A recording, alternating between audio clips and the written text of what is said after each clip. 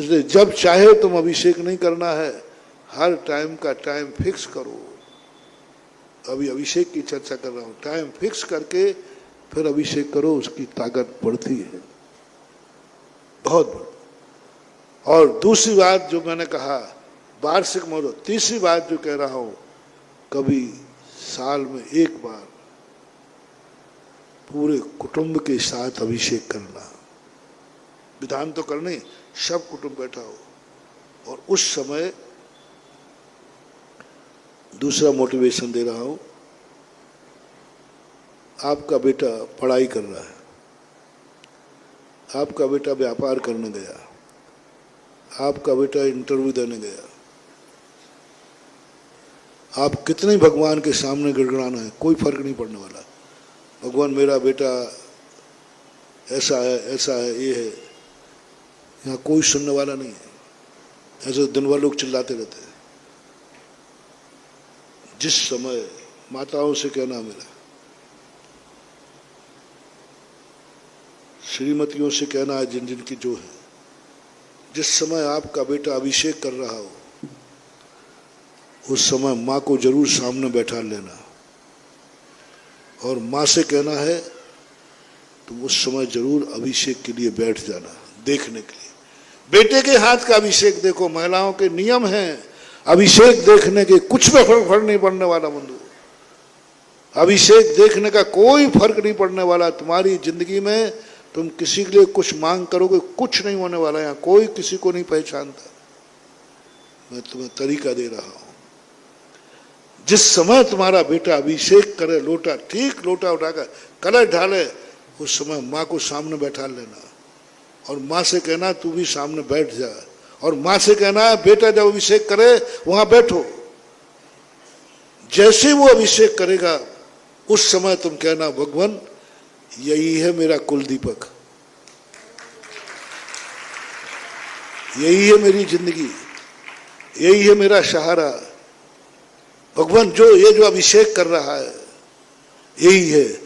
उस समय जो आप रेकी देंगे, उस समय की फाइल मंजूर हुए बिना नहीं रहती, क्योंकि अभिषेक करते समय माँ की दृष्टि बेटे पे जाएगी ही जाएगी। और उस समय जो तुमने भावना करोगे, फिर देखो उसके अप्रत्याशित परिणाम निकलते हैं। इसलिए बेटों के कहना है माँ को बैठा लो सामने, गंदो उसको दिखाओ। माँ से कहना है बेटा अभिषेक करे, उसको देखो अपनी आंखों से, उस समय अपनी इच्छाएं पूरी करो, उस समय बेटे के प्रति भावना करो। कितने भी करवा चौथ सुहाग दशमी कर लेना पति के जिंदा रहने की, मैं तो कुछ गारंटी नहीं दूंगा। लेकिन जिस समय आपका पति अभिषेक कर रहा हो, उस समय आपकी पत्नी जरूर सामने होना चाहिए। आप पत्नियों को भी कहना है जिस समय आपका पति अभिषेक करे सामने बैठ जाना। कुछ नहीं, आप बहुत कामना करेंगे, बहुत भावना करेंगे, इतना ही करना भगवान यही है मेरा सुहाग जो आपका अभिषेक कर रहा है। बस इसका सुख मेरा सुख, इसकी जिंदगी ही मेरी जिंदगी है। जो तुम्हें भावना करना है उस समय तुमने जिस समय वो भगवान का लोटा लेके अभिषेक कर रहा है, शांति धारा कर रहा है, उसी समय आप देखना क्या गंधोदक का चमत्कार, क्या अभिषेक का चमत्कार। जिंदगी भर मन्नत मानती रहे तो कार्य पूरा नहीं हुआ, उस समय भाई बहन के लिए भी कर सकता है कोई भी, लेकिन वो अभिषेक करते समय उस समय की निगाहें, उस समय की दृष्टि, उस समय भगवान तुम्हारे लिए बैठा है। वेदी पर बैठा हुआ भगवान और पांडुक शिला पर बैठा हुआ भगवान में बहुत फर्क हो जाता है महानुभाव। जिस समय वेदी पे भगवान बैठा है, गादी पे, वो तुम्हारा नहीं है, सबके लिए बैठा है। हो जाएगी तुम्हारी फरियाद आ जाएगी तो ठीक है, नहीं, लेकिन जिस समय पांडुक शिला पर भगवान बैठा है उस समय वो भंडारा खोल के बैठा है, क्योंकि देने के लिए बैठा है, लेने के लिए नहीं। पांडुक शिला पर जब भगवान आते हैं वो मात देने के लिए आते हैं, उनकी दानशाला है, किमिक्षित दान देने आते हैं, क्योंकि उस समय मात श्रावक के लिए बैठे हैं। उनको तो पांडुशिला में बैठने की जरूरत थी, वो तो कहाँ बैठे थे, गद्दी पे बैठे थे। पांडुशिला पर बैठने के लिए किसके लिए आए? मांगनंदी महाराज ने कहा, भक्त ने बुलाया, भगवान मुझे आपका गंधोदक चाहिए। उस समय मन भगवान बना के आते हैं, हमें देना ही देना है। दूसरा मोटिवेशन दे रहा हूं, जिस समय भगवान गद्दी पर बैठते हैं, हिराम बीजाक्षर पर बैठते हैं, अरहम बीजाक्षर पर बैठते हैं, हिरम बीजाक्षर पर बैठते हैं, जो धर्म का प्रतीक है, स्थिरता का प्रतीक है, पवित्रता का प्रतीक है, शुक्लता का प्रतीक है। लेकिन जिस समय अभिषेक को बैठते हैं भगवान, मात्र उतनी देर के लिए श्री पर बैठते हैं। श्रीकार लिखामी के हिराम लिखामी? श्री क्यों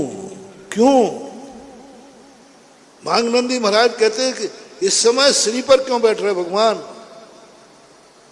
क्योंकि किसके लिए बैठ रहे हैं? जल्दी बोलो, आपको क्या चाहिए? धन चाहिए। जिस समय भगवान अभिषेक में श्री पर इसलिए बैठते हैं कि उस समय वो दोनों लक्ष्मियों के स्वामी हैं और दोनों लक्ष्मियों का दान देने के लिए पांडुशिला पर आके बैठे हैं श्री लक्ष्मी। उस समय उनका जो वरदान है अचूक होता है। इसलिए गंधोदक, कई लोग क्या करते, गंधोदक यहाँ थाली लगा दो, बच्चे को चाय पिला दी ना, वो दूध यूं पिला के जय भगवान, ऐसे वो। गंधोदक कहाँ आना चाहिए?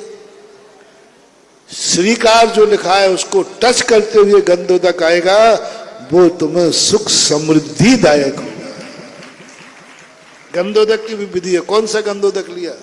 कानों का, आंखों का। श्रीकार से स्पर्शित होके आना चाहिए। तो ऐसा श्रीकार से स्पर्शित होके गंधोदक, तो वो गंधोदक भगवान उस समय आप लोग अपने जीवन में, भरत चक्रवर्ती इस कला को जानता था, इसलिए अभिषेक करने के पहले सब परिवार को बैठाता था, सब सामने बैठो, देखो ये तुम्हारा अभिषेक, और तुम्हारे मन में मेरे प्रति क्या भाव है वो देखो। और वो जो अभिषेक करने वाला है भगवान और समय किसी समय नहीं पहचानते। तो अभिषेक कर रहा है ना, उसी समय भगवान वो सामने मेरी बैठी ना, वो माँ है, माँ, बस अनाथ नहीं हो जाऊं प्रभु, जो सामने बैठी ना वही माँ है। अभिषेक करते समय यदि तुमने अपने परिवार का किसी का वहां एप्लीकेशन लगाई, फिर उसके परिणाम देखना, आश्चर्यचकित परिणाम हो जाएगा। क्योंकि उस समय भगवान की मुद्रा मां दाता के रूप में है, देने के रूप में है, मां देते हैं।